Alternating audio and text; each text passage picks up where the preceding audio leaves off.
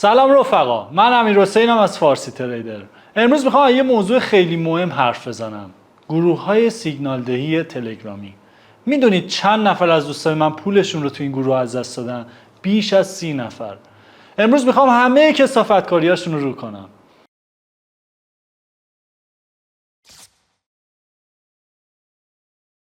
بذارید از اول شروع کنم. این گروه چطور راه میافتن؟ یه نفر میاد، یه کانال میزنه، اسمش رو میذاره سیگنال های طلایی یا وی آی پی فارکس. بعد چی کار میکنه؟ میره 10,000 تا ممبر فیک میخره. آره میشه خرید. 1000 تاش 50,000 تومان. بعد شروع میکنه سیگنال دادن. ولی چه سیگنالی؟ میره از 10 تا کانال خارجی کپی میکنه. حتی خودش بلد نیست 4 تا بخونه. یه ترفند دیگه.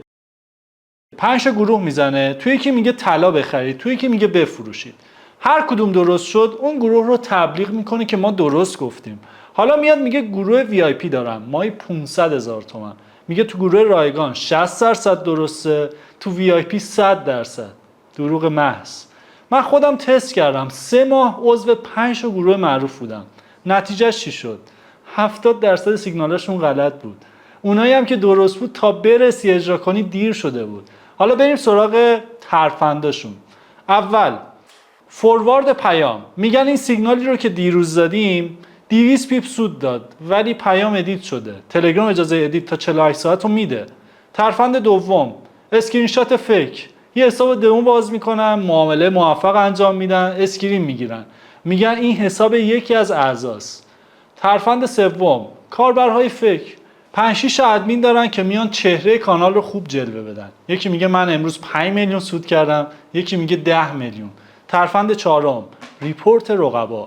گروه‌های رقیب رو ریپورت میکنن که بسته شن. بعد میگن فقط ما معتبریم. من با یکی از این ادمینا حرف زدم. میدونید چی گفت؟ گفت ماهی 50 میلیون از این کار در میارم. 200 عضو وی آی پی داره.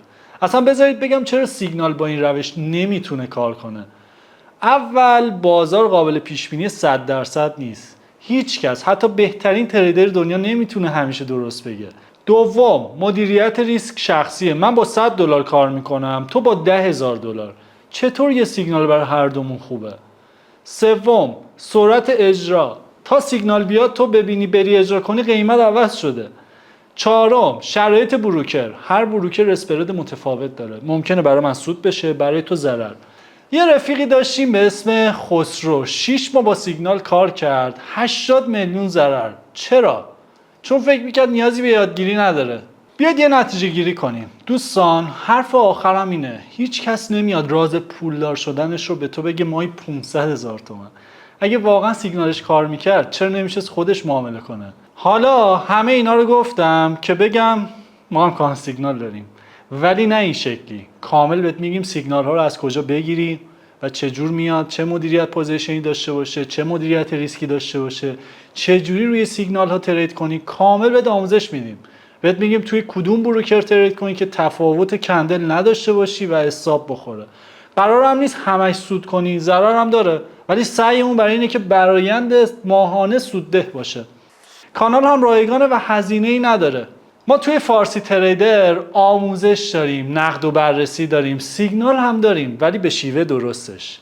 اگه دوست داشتی این ویدیو رو برای دوستاتون بفرستید، لایک و سابسکرایب یادتون نره. خدا نگهدار.